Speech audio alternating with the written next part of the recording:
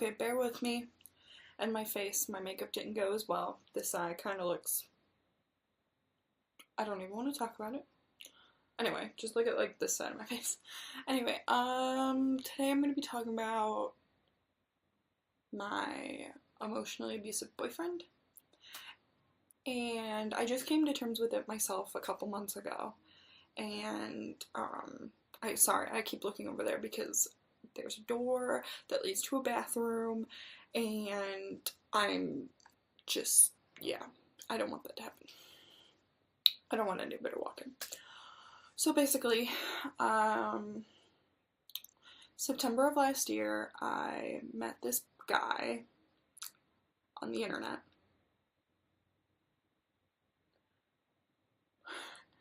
And he was sweet at first. He always, made sure that I was okay. He was a good boyfriend at the beginning. As the relationship progressed and we kind of grew apart, he would refuse to meet me. We lived an hour away from each other. He would refuse to meet me, saying that his car was broken, like his parents wouldn't let him. And so I was like, alright, I'll come to you. And he's like, no, that's okay. Okay. Anyway. So, we were on and off. Well, not really on. Well, yeah, okay. So, he would text me at, 11 o'clock at night, on a school night. He'd be like, hey, you want to talk on the phone? We'd talk on the phone. And then it started to get really bad. He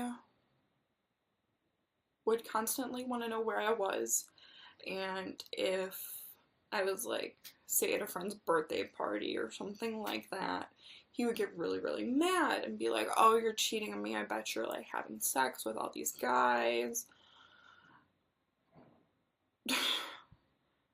And he would just constantly put me down.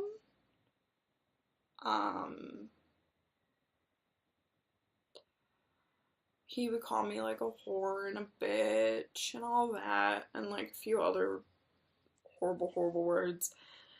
And then something would click and he would be fine.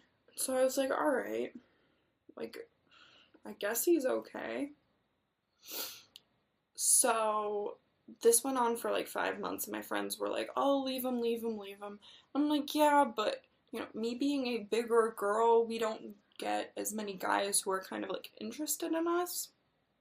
So, we take what we can get. And so this went on. And in about February, we met up. I went and I drove to his house, picked him up, and we went places, and then he kissed me. And it was really awkward. It was my first kiss. He tried to shove his tongue down my throat. Ugh. But, you take what you take. And then when I dropped him off, I didn't kiss him. I kind of gave him, my cheek, and I was like, whatever. And he uncomfortably, touched my thigh the entire time. Not asking if, I was okay with it or anything. It just kind of happened. And I was like, please stop. I, to this day, have not worn those leggings. Anyway, and so he got really mad, and he sent me a very, very long, mean text message. And when I was going to get gas, he said, oh, I'm sorry for what I said, blah, blah, blah. I'm like, okay, I'll take you back. I'm not mad. So, I kept trying to, meet up with him. We'd FaceTime a lot. We'd talk on the phone. Typical stuff. But, he never told his parents about me. And, I mean, him being my first, real boyfriend, I didn't tell my parents about him either. But he would threaten to commit suicide if I were to ever like try to break up with him. He's like, oh, you know, I'm not worth it. I'm gonna kill myself. And so it was getting very concerning, and it was like, okay, like, I'll stay with him. Like, I obviously don't want him to do that. And then it progressively got worse, and we just fought more and more about the stupidest stuff, and it was like, distance was too long, but we only lived like maybe 40 miles away from each other, so it wasn't really long distance. But I saw him once in the 9 months we were dating. So I came to the realization in May when he got mad at me for going to prom without him, even though I had asked him. He didn't want me to go to prom. So he broke up with me the night of prom. The date after, he was like, oh, I'm sorry, like, all that. And then a couple hours later, he was like, I bet you had sex with a lot of people, and you danced, and you, like, juked with a lot of boys. And I was like, actually, no. But, you know, he had it in his mind that I had cheated. And then in June, as I was graduating, I was finally like, I can't do this anymore. Like, I can't be with somebody who's gonna put me down all the time. And he's like, fine. If you're done with me, you're done with me. You fat, useless pig. You were just dead weight to me the entire time. And I was using you.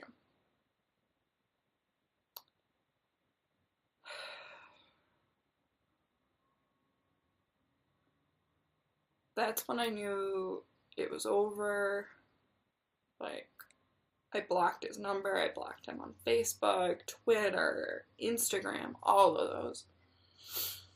And I came to the realization that maybe he wasn't, you know, the guy for me. And we had talked about getting married and all that stuff. Speaking of which. Okay. So I came to the realization that we weren't, you know, compatible, and I said goodbye. And a month or two, this freaking train, excuse you.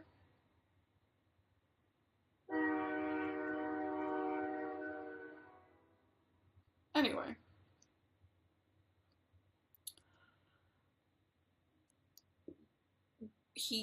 so a couple months after we had broken up, he Facebook messaged me from like a completely different account that like wasn't his real name, and he's like, you know who this is? Like, I just hope that you are happy in life, and if that didn't include me, then I understand. And he was like all sweet about it, and I was like, okay, well,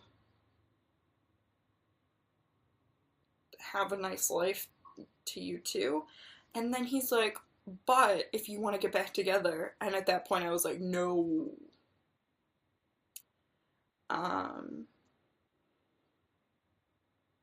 So, I mean, 9 months.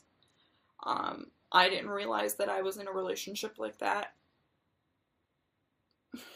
Everybody else seemed to, but I guess I was too hung up on the fact that, like, the good times were, like, really good, and he would send me paragraph-long messages about how much he loved me, and it just kind of, I thought that it outweighed the bad when it really didn't.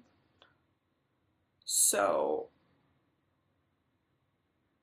I guess this has been I had an emotionally abusive boyfriend story, and yeah. I will see you guys next Saturday with a completely different video that I haven't even decided yet. Bye.